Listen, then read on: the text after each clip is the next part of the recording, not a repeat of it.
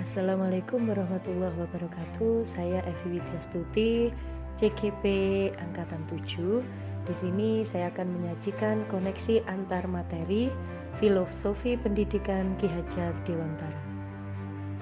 Dasar-dasar pendidikan Ki Hajar Dewantara yaitu pendidikan yang menuntun, kodrat alam dan kodrat zaman, pendidikan yang berpihak pada anak.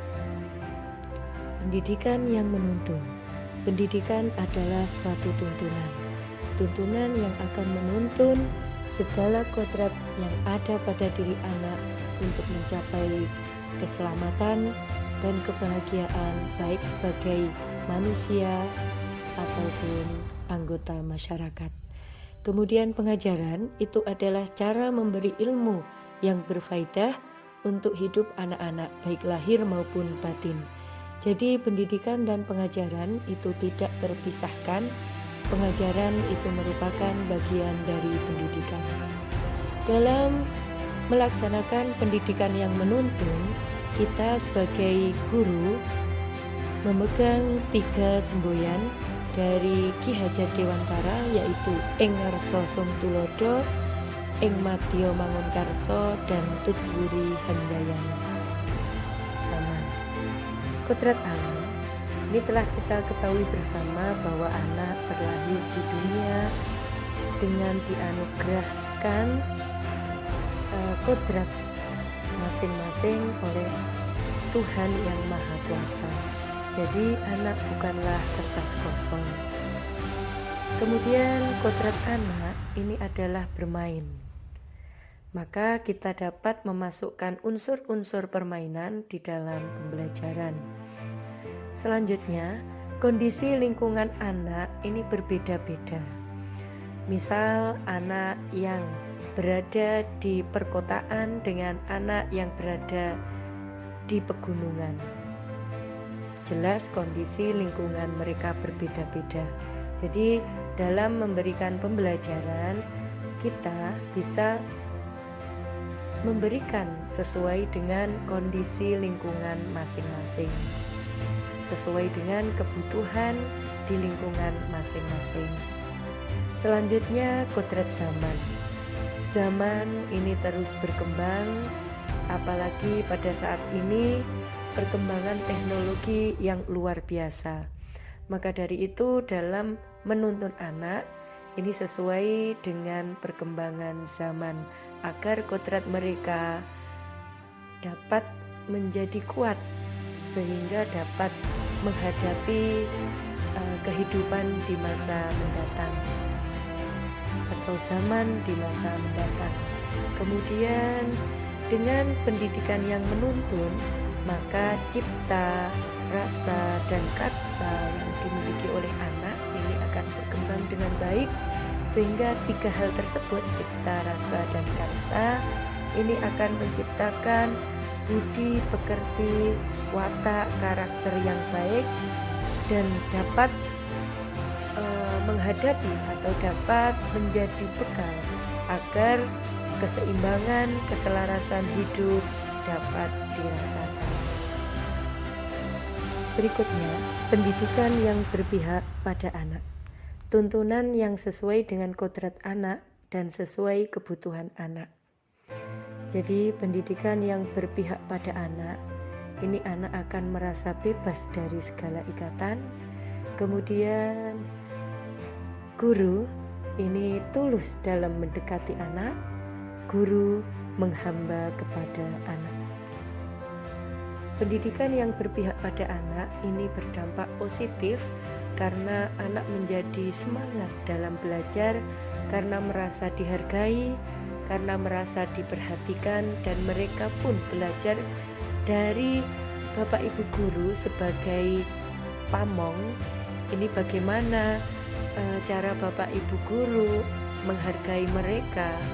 Ini akan menjadikan pembelajaran bagi mereka bagaimana berinteraksi dengan orang lain dan bagaimana menempatkan diri di kehidupan bermasyarakat.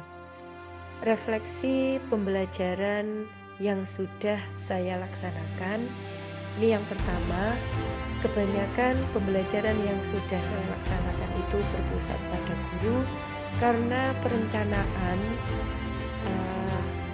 ada pada guru tanpa memperhatikan keinginan dari siswa.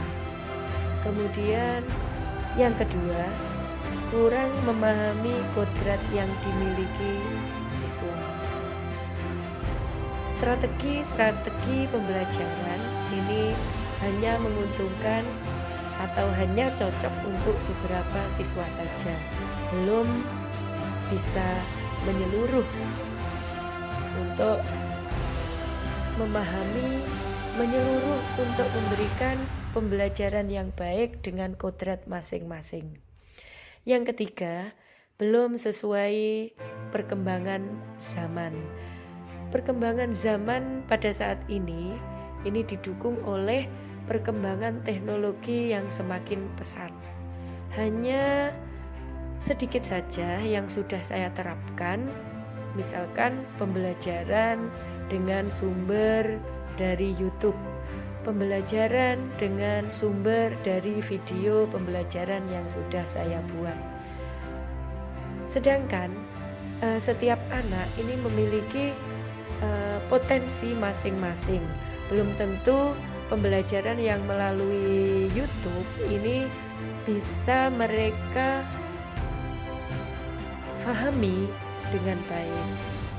Maka dari itu masih sangat kurang sekali ini untuk mengadopsi beberapa teknologi sehingga dapat diterapkan dalam pembelajaran.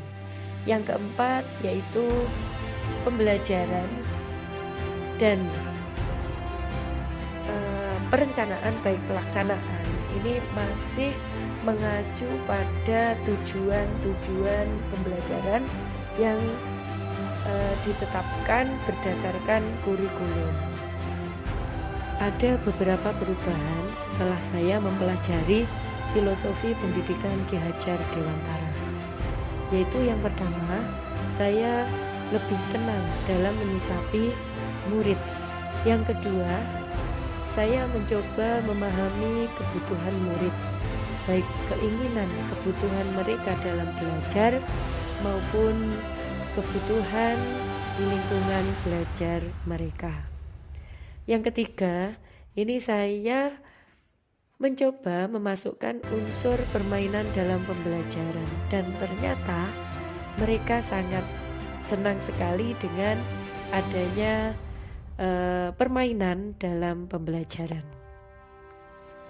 Hal-hal yang akan saya lakukan agar pembelajaran sesuai dengan pemikiran Ki Hajar Dewantara antara lain, saya akan mencoba berbagai strategi dalam pembelajaran, antara lain memasukkan unsur permainan dalam pembelajaran, kemudian memberikan tes diagnosis non-kognitif, ini untuk mengetahui keinginan mereka belajar, bagaimana belajar yang mereka inginkan, kemudian memasukkan nilai-nilai sosiokultural ke dalam pembelajaran.